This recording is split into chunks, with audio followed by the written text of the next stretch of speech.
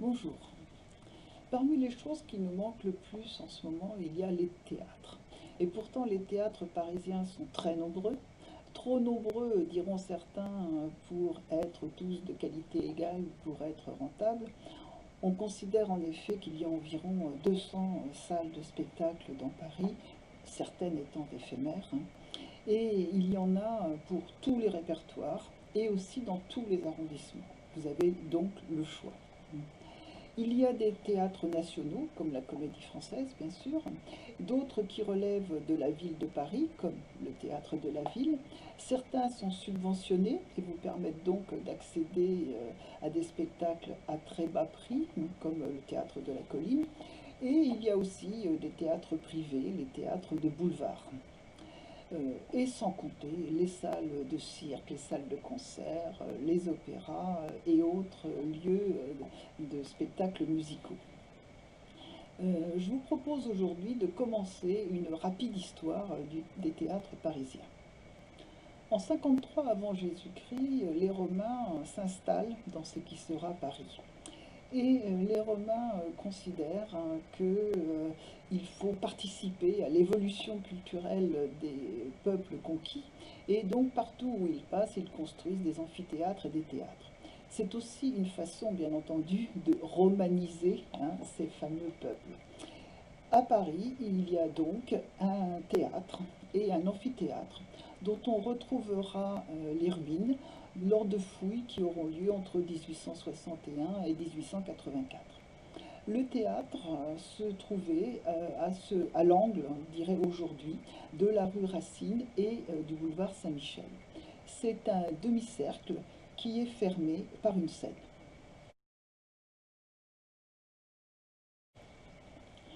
Le christianisme naissant va mettre fin au théâtre parce qu'il considère que c'est un art obscène. Et donc le spectacle se limitera pendant des siècles aux jongleurs, musiciens et autres chanteurs qui vont par les routes et qui jouent sur les places lorsqu'il y a des foires ou dans les salles des châteaux.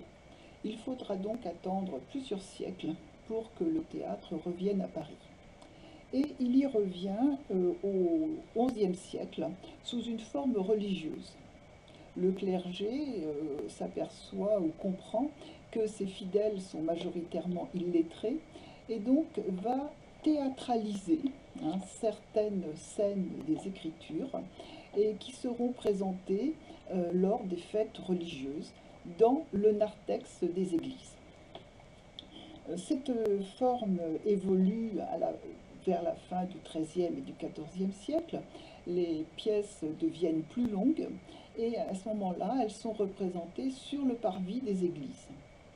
Au XVe siècle, le contenu des pièces va aussi devenir profane et sera joué sur les places publiques. En 1402, il y a un privilège qui est conféré à une troupe de théâtre qui s'appelle les Confrères de la Passion, pardon, et ça leur accorde l'exclusivité d'un théâtre fixe et permanent à Paris. Et bien sûr, ce privilège va évoluer au fil des siècles, mais il ne sera totalement aboli qu'en 1864.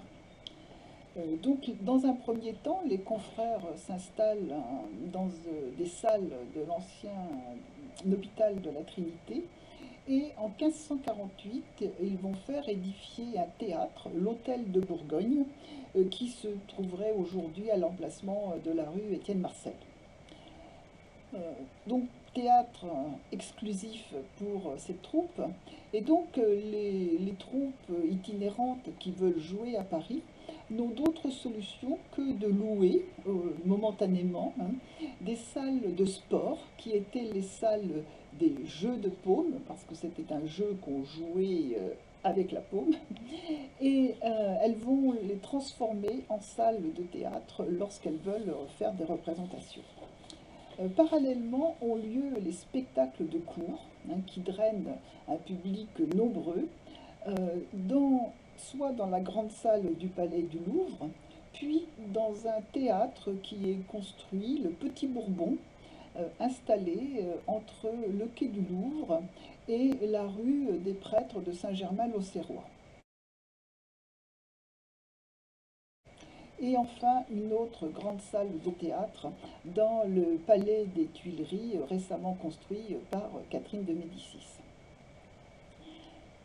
Au XVIIe siècle, malgré le privilège dont bénéficie toujours la troupe des confrères de la Passion, Richelieu, qui était le principal ministre de Louis XIII et amateur de théâtre, il va construire dans un nouveau quartier à la mode le théâtre du Marais.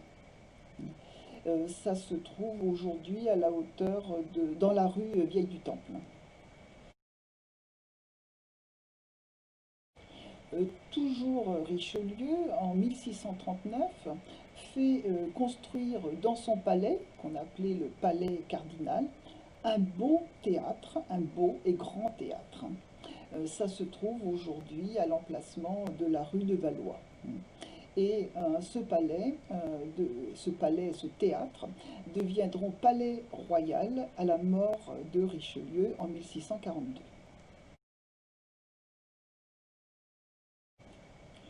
Le XVIIe siècle est fertile en troupes de théâtre et de jeunes talents, et parmi toutes ces troupes, il y a celle, bien sûr, de l'illustre théâtre, dirigé par le célèbre Molière.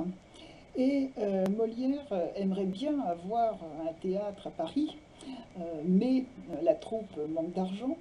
Et donc il décide de louer un jeu de paume, comme toutes les autres troupes, le jeu de paume des métayers, et ils vont le transformer en théâtre.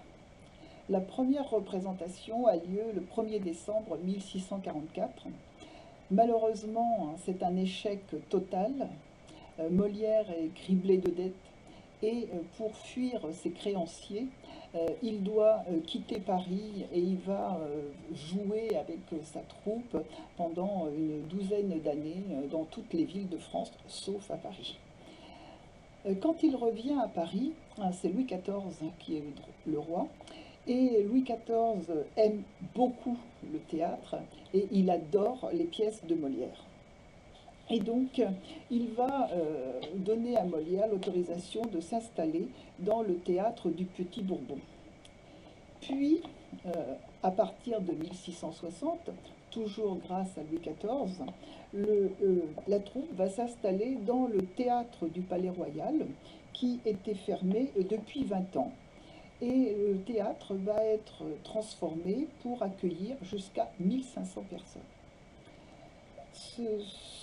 À cette époque, le théâtre évolue beaucoup et viennent aussi d'Italie la mode des décors, très sophistiqués, et puis qui nécessitent aussi des machines, comme on appelle ça, c'est-à-dire ce sont des installations qui permettent des effets extraordinaires, modifient évidemment beaucoup les décors et les mises en scène. Et donc, toujours avec la protection de Louis XIV, est construit le théâtre des Tuileries, dans le palais des Tuileries, en 1661. Donc, cette salle est dotée de tous les aménagements modernes et peut accueillir jusqu'à 4500 personnes. C'est là que Molière présentera Don Juan, Amphitryon et Psyché, par exemple. C'est de ce théâtre des Tuileries que proviennent les expressions côté cour et côté jardin. Côté cour parce qu'à la gauche des comédiens, lorsqu'ils étaient sur scène, il y avait la cour du Louvre, et côté jardin parce que sur leur droite, quand ils jouaient, il y avait le jardin des Tuileries. Au début du règne de Louis XIV, Paris compte 500 000 habitants et 5 théâtres. Le théâtre de Bourgogne, le théâtre du Marais, construit par Richelieu et où Corneille avait joué ses pièces, le théâtre du Petit Bourbon, le théâtre du Palais Royal et l'opéra. Les différentes autres troupes jouent toujours dans des salles des jeux de paume aménagées provisoirement. À la mort de Molière en 1673, sa troupe donc se retrouve un peu à la rue, et elle va rejoindre dans l'hôtel Guénégaud la troupe du théâtre du Marais, qui elle aussi avait subi un peu le même sort, et la troupe de l'hôtel de Bourgogne.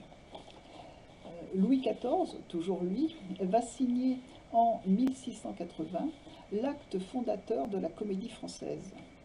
Et ça réunit dans cet hôtel Guénégaud les trois troupes dont nous venons de parler. Et c'est aussi en souvenir de ces trois troupes que sont tapés aujourd'hui, en début de représentation, les trois coups à la Comédie Française et aussi dans d'autres théâtres. La Comédie Française devient donc la troupe unique des comédiens du roi. Et après l'hôtel Guénégaud, ils s'installeront dans un théâtre rue de l'Ancienne Comédie, en face de ce qui est aujourd'hui le café Procope, et ils vont rester là jusqu'en 1770. Les comédiens jugent que leur salle devient quand même un peu vétuste et inadaptée, et ils obtiennent du roi, car le XVIIIe siècle aussi raffole du théâtre, la construction d'un nouveau théâtre qui sera situé rue de Vaugirard. En 1782, Paris se dote enfin d'un vrai grand théâtre avec une façade à l'antique, et c'est la première fois qu'il n'y a plus une salle décomposée entre un parterre où les gens se tenaient debout et une partie où les gens étaient assis. Il n'y a plus que des fauteuils dans la salle. Cette salle, c'est aujourd'hui le théâtre de l'Odéon.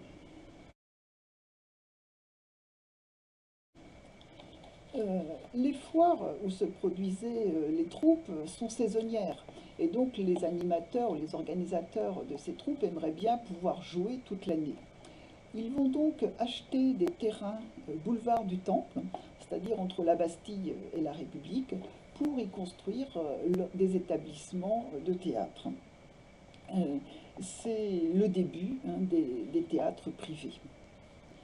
L'époque est aussi à la mode de ce qu'on appelle les petits théâtres, et qui en fait sont des grandes salles. Et ces établissements se développent tout particulièrement dans le quartier du Palais Royal. Parmi eux, en 1790, ouvre un théâtre qui s'appelle alors le Théâtre des Variétés Amusantes, et qui est aujourd'hui le bâtiment que vous connaissez sous le nom de la Comédie Française.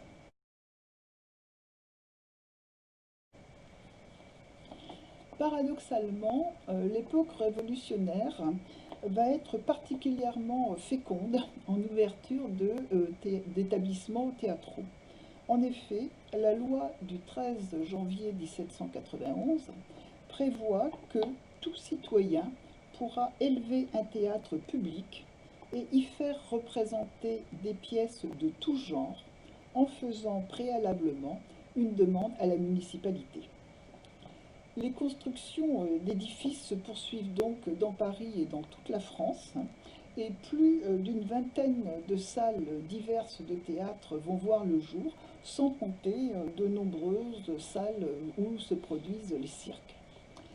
Eh bien, si vous voulez savoir ce qui se passe dans l'histoire de Paris, des théâtres parisiens à partir du 19e siècle, je vous donne rendez-vous la semaine prochaine. Au revoir.